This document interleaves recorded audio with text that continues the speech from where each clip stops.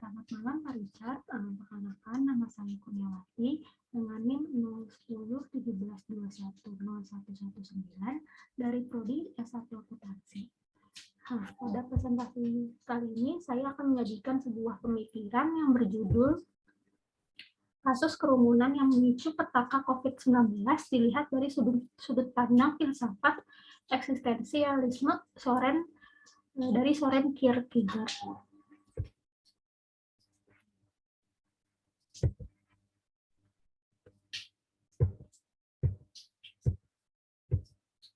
Ini pertama kali kita akan membahas tentang eksistensialisme menurut pandangan dari Soren Kierkegaard. Nah, Soren Kierkegaard ini merupakan filsuf Barat yang dikenal sebagai pelopor utama dan terpenting dalam eksistensialisme ini.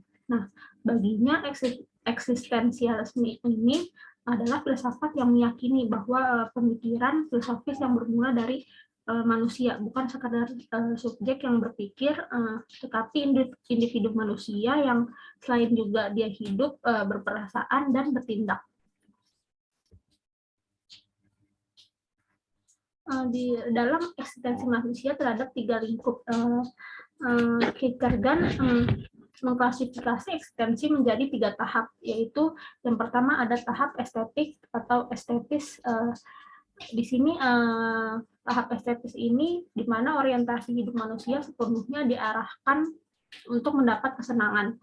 Nah, maksudnya dalam tahap ini manusia dikuasai oleh naluri-naluri seksual atau libido dan oleh prinsip-prinsip kesenangan atau hedonistik yang biasanya bertindak menurut suasana hati manusia itu sendiri. Nah, yang kedua ada tahap etis. Nah, dalam tahap etis ini moral menjadi standarisasi dalam menentukan pilihan-pilihan hidup, dan moral menjadi penting serta menjadi nilai-nilai universal dalam kehidupan. Nah, selanjutnya ada tahap religius. Nah, tahap religius ini bersifat subjektif. Itu sulit diterima, juga akal sehat. Nah, perilaku manusia religius ini sering dicap tidak masuk akal. Selanjutnya, melalui presentasi ini saya akan memaparkan kasus kerumunan yang memicu petaka COVID-19.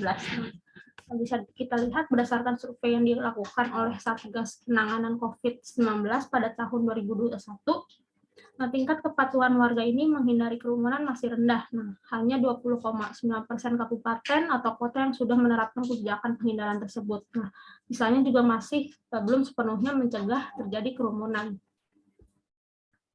Nah, melalui presentasi ini saya hendak memaparkan bagaimana Kierkegaard mengkritik kerumunan.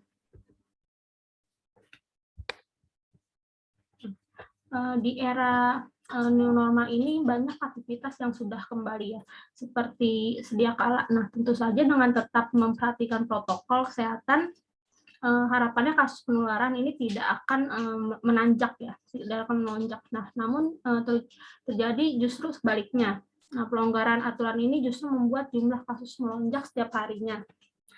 Masih kurangnya juga kesadaran dari masyarakat untuk patuh dalam menyikapi COVID ini. Nah, penyebab utamanya yaitu kerumunan. Nah, bagaimana kita menyikapinya?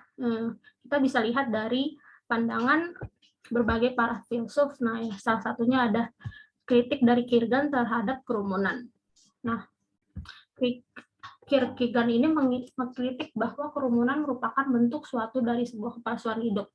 Nah, yang menjadi pertanyaan, apa yang salah dengan kerumunan? Nah, apa yang terjadi saat orang larut dalam kerumunan atau massa?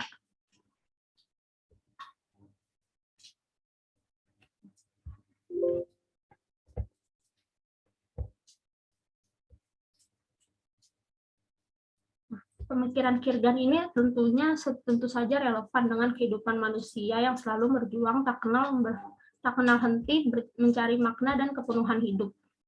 Nah, sekarang ini dihadapi oleh pandemi COVID-19 yang belum menunjukkan tanda-tanda berakhir, kita juga dituntut untuk memilih dan membuat keputusan. Nah, kita juga harus memilih apakah tetap bertahan ataupun melanjutkan hidup atau mati sia-sia karena menyepelekan virus corona. Nah, selalu taat pada protokol kesehatan atau bersikap acuh tak acuh.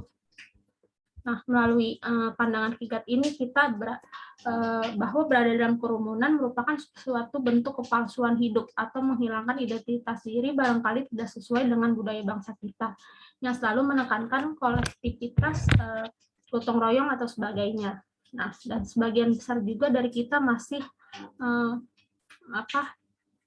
memegang teguh ya bahwa berkumpul bersama yang lain membuat kita semakin mampu menemukan jati diri kita sebagai pribadi yang bersosialisasi atau gotong royong. Nah, mencoba berpaling dari pandangan Kigat ini di mana kerumunan atau publik tidak selamanya mendatangkan kebaikan. Nah, tinggal di rumah ataupun keluar rumah juga seperlunya saja ya. Dengan demikian juga itu harus menjadi sebuah keharusan.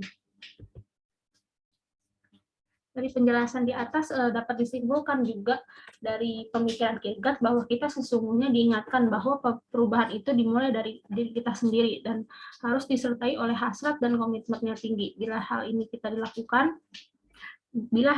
lakukan, percaya bahwa pandemi ini bisa perlahan lenyap dari muka bumi ini. Sekian presentasi dari saya mengenai penjelasan kasus studi kasus fenomena kerumunan. Kurang lebihnya mohon maaf. Terima kasih.